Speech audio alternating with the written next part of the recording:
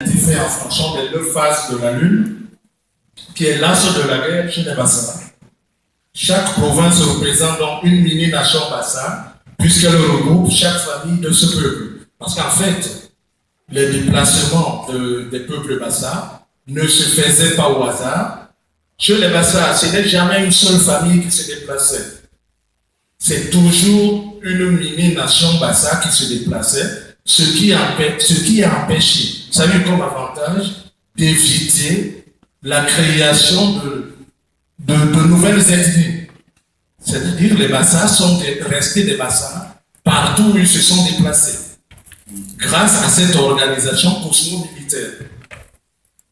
Donc chaque fois qu'ils se déplaçaient, une mini-nation Bassa se déplaçait. C'est-à-dire que le groupe était constitué de tous les lignages ou de plusieurs lignages du groupe Bassa.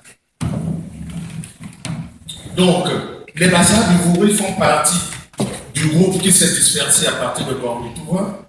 Ils descendent la Sanaga. Par contre, eux, au lieu d'aller du côté de Deya ou du côté des Eka, ils traversent. Ils arrivent du côté de Ndokama.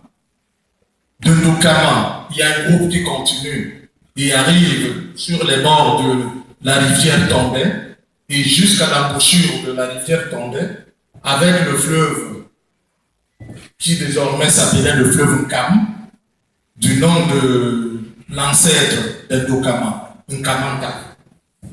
De Nkamanta, donc le fleuve prend le nom Nkam. En reconnaissance de la direction éclairée de ce patriarche Nkama. Donc, ils continuent donc, ils arrivent à l'embouchure de la rivière Tondé. Là, le groupe se sépare de nouveau.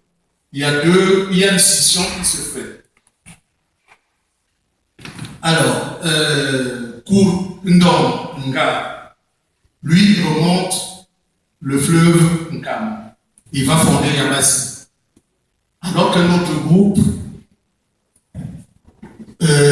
dirigé par Nsa, le monnaie de notre aïeul, lui prend la décision de traverser l'embouchure et de descendre le fleuve Vouri, qui ne s'appelait pas encore Vouri. Parce que c'est eux qui vont donner le nom au fleuve, puisqu'ils vont l'appeler les Mouri. Mouri veut dire entier en Bassa. Et c'est cet entier qui va devenir Vouri. Voilà. Les Mouri, pour désigner le fleuve.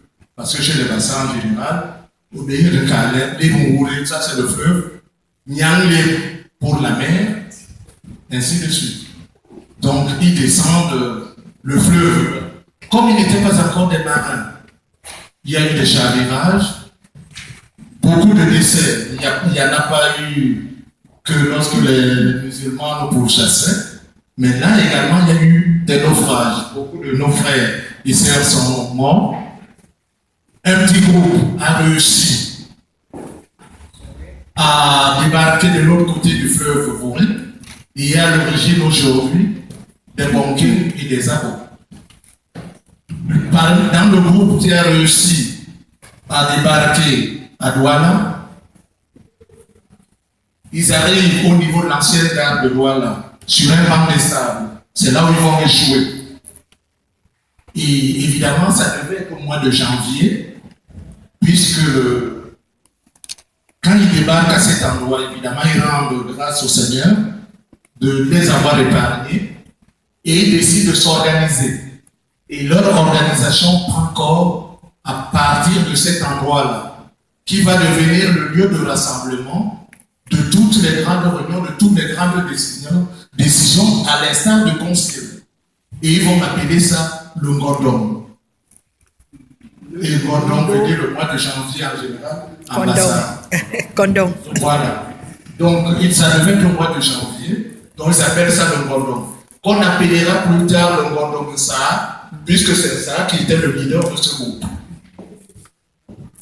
Nsa était le leader de ce groupe, donc on va donner à ce rassemblement le nom de Ngordong. Nsa Et donc, ils se repartissent sur le territoire. Comme on dit à Bassa, les parents éléphants ne surveillent jamais leurs petits par l'arrière. Donc, les aînés s'installent sur le premier plateau, c'est qui est devenu le plateau Terbe Nahalte. Ensuite, il a pris le nom de plateau Ndobakala. Ndobakala. Après le passage du Mbombo, Ndobakala, avant de devenir le plateau Jos du Mbombo, Douola Makongo, puisqu'il était le premier Bonambedi, le premier Bassa d'origine Bonambedi, à devenir Mbombo. Ce qui est possible dans la tradition Bassa, qui est un peu ouvert. On le verra cet après-midi. Parce que dans la tradition Bassa, un étranger qu'on appelle Lolo est considéré comme intégré à partir de la 3e génération. Or, Douola Makongo était de la 4e génération. Donc, il pouvait prétendre à tous les postes, à toutes les fonctions sur le plateau. Donc, les aînés de ça et Longendon s'installent sur le premier plateau, le plateau Terbe. Les moins jeunes, Boum et Djangasoul, le Ndoksoul, s'installent sur le plateau qui est aujourd'hui le plateau Lokoul, Bonakou. Oui. Donc, oui.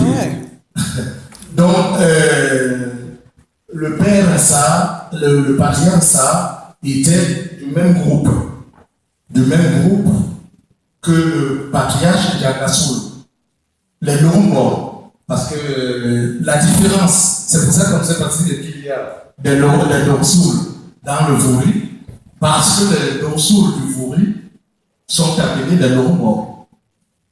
Du père ou du grand-père de Soul, qui va fonder Ndoksoul sur les Malons.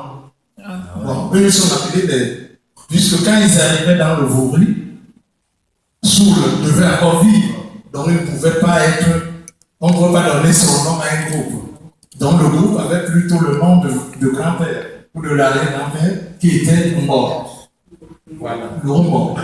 Donc c'est pour ça qu'ils sont des Lombo. Et ils cohabitaient sur ce plateau-là avec les Donkini qui étaient déjà sur le plateau Jos, représenté par le patriarche Longendon, qui était Longendon Nkini, qu'on appelait sur le plateau l'âme de Lama, puisque c'est la tradition de Longuet, ou Boam, quand les Bonambéli vont arriver, ou Boam. Donc, les Donkini étaient donc représentés sur le premier plateau et sur le second plateau. Et le troisième plateau, là où il y a les Gaïdo, et Aquanor aujourd'hui, là où il y a Gaïdo, il y avait le patriarche Lomakuma Resou, qui était rejoint plus tard par son beau-frère, qu'on appelait Mère Poul.